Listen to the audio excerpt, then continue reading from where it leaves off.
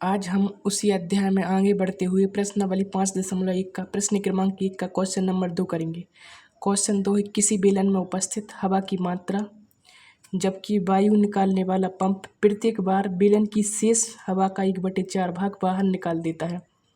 तो बेलन में उपस्थित जो हवा की मात्रा है वो अपन को मालूम नहीं है कितनी है। तो अपन क्या करेंगे, माना कि बेलन में उपस्थित हवा की मात्रा बराबर x लीटर। तो इसका जो उसके अंदर उपस्थित हवा की मात्रा उसका 1/4 भाग अपन को क्या निकालना है, बाहर निकालना है। तो अगर अपन AP बनाए उसको तो जो प्रथम पद होगा वो क्या हो जाएगा, प्रथम पद ये बराबर क्या होगा, x हो जाएगा। और जो दूसरा पद बनेगा जो x का 1/4 बाहर निकालेंगे तो x का 1/4 क्या होगा, x इंटू 1/4। तो x का 1/4 क्या बनेगा, x/4। अब x/4 क्या करना है, इसमें से बाहर निकालना है। किस में से निकालना है, x में से। तो x माइनस x/4 करेंगे। इसके अपॉन में कुछ नहीं है तो 1। 1 का और 4 का एलसीएम 4 होगा। क्रॉस मल्टीप्लाई करोगे 4 का गुणा 1 में करेंगे तो 4 का गुणा x में करोगे 4x और 1 का गुणा x में करोगे तो x अपॉन में 4। 4x में से 1x माइनस करोगे तो 3x/4। तो इस x का 1/4 अगर अपन भाग बाहर निकालेंगे तो जो हवा की मात्रा होगी वो क्या बचेगी, 3x/4 बनेगी। तो जो दूसरा पद बनेगा वो क्या बनेगा, 3x/4। अब हवा की मात्रा क्या है, 3x/4। अब इसका 1/4 भाग अपन को क्या करना है, बाहर निकालना है। 3x/4 का 1/4 भाग निकालना है। तो यहाँ पर क्या है, 3x/4/4 इंटू 1/4, क्योंकि इसका 1/4 भाग, 1/4 नहीं 1/4 भाग। 1 का गुणा करोगे 3x में तो 3x होगा, 4 का गुणा करेंगे 4 में तो 4 चौके 16 हो जाएगा। तो इसका 1/4 क्या बनेगा, 3x/16। अब इसको क्या करना अपन को, इसमें से जो हवा की मात्रा बची है 3x/4 में से इसका 1/4 बनेगा, वो बनेगा 3x/16। इसमें से इसको माइनस करना है। तो 3x/4 माइनस इसी का 1/4 क्या होगा, 3x/16। एलसीएम क्या बनेगा, 4 का और 16 का, 16 होगा। अगर 4 का भाग करोगे 16 में तो 4 आएगा। 4 का गुणा करोगे 3x में तो क्या होगा, 12x माइनस 16 का भाग 16 में करोगे तो 1 आएगा। 1 का गुणा करोगे 3 में तो यहाँ पर क्या आएगा, 3x। 12x में से 3x अगर माइनस करोगे तो क्या बनेगा, 9x/12। तो जो तीसरा पद बनेगा वो क्या बनेगा, तीसरा पद A3 बराबर क्या होगा, 9x/16 हो जाएगा। अगर इसी टाइप का अपन को चौथा पद निकालना है तो इसका 1/4 निकालना पड़ेगा, क्योंकि इसका 1/4 इसी में से माइनस करना पड़ेगा। तो 9x/16 का जो 1/4 होगा, तो यहाँ पर देख लेते रफ में 9x/16 का 1/4, 9x/16 का 4 गुना 64। तो 9x/64 क्या करना है अपन को, इसमें से माइनस करना है। किस में से, 9x/16 में से 9x/64 माइनस करना है, क्योंकि इसका 1/4 भाग बाहर निकालना है। तो 9x/16 माइनस यहाँ पर क्या बनेगा, 9x/64। तो एलसीएम क्या आएगा, 16 का और 64 का, 64 होगा।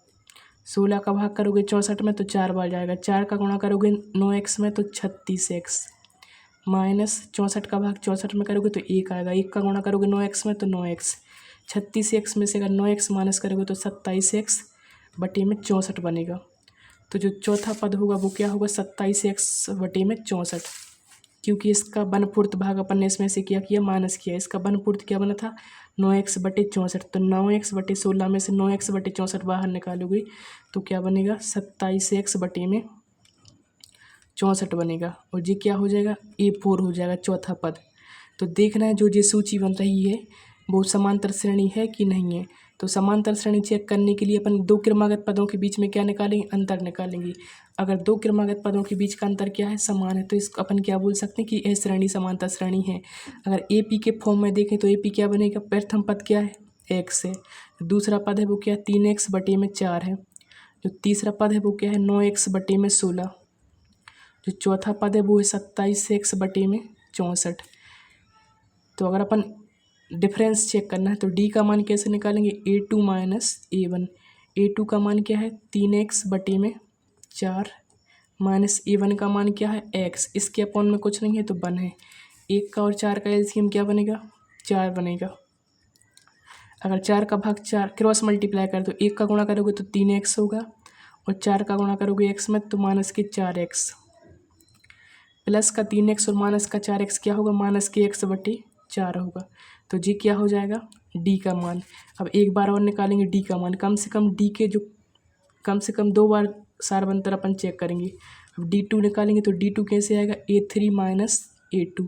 A3 का मान क्या है 9x/16 माइनस A2 का मान क्या है 3x/4 है। 16 का और 4 का जो LCM होगा वो बनेगा 16। 16 का भाग 16 में करोगे तो 1 आएगा, 1 का गुणा करोगे 9x में तो 9x बनेगा, माइनस 4 का भाग करोगे 16 में तो 4 आएगा, अगर 4 का गुणा करोगे 3x में तो 12x हो जाएगा, प्लस का 9x और माइनस का 12x क्या हो जाएगा, माइनस का 3x/16 माइनस का 3x/16। तो जो D1 है इसको अगर D1 नाम देना है तो D1 भी दे सकते हैं, इसको नाम D2 दे दो, ठीक है। चूँकि प्रथम बार में अपन ने जो सारवंतर निकाला है वो क्या है -x/4 है, जो दूसरी बार में सारवंतर क्या है -3x/4 है। तो चूँकि दो क्रमागत पदों के बीच में अंतर समान नहीं है, इसलिए यह श्रेणी चूँकि दो क्रमागत पदों के बीच में अंतर समान नहीं है इसलिए यह समांतर श्रेणी नहीं है। या फिर शॉर्ट में ऐसा लगते हैं, जो प्रथम D1 का मान निकाला अपन ने क्या है -x/4, जो D2 का मान है वो क्या है -3x/16। तो लिखेंगे चूँकि D1 बराबर नहीं है D2 के, इसलिए यह सूची AP नहीं है। या फिर यह श्रेणी समांतर श्रेणी यह AP नहीं है, ऐसा भी लिख सकते हैं, यह सूची AP नहीं है। क्यों AP नहीं है, क्योंकि दो क्रमागत पदों के बीच में अंतर समान नहीं है, इसलिए यह श्रेणी है, यह सूची है जो समांतर श्रेणी नहीं है। वीडियो को लाइक करें एवं चैनल को सब्सक्राइब करें, जिससे आपको समय समय पर वीडियो मिलती रहे। Thank you.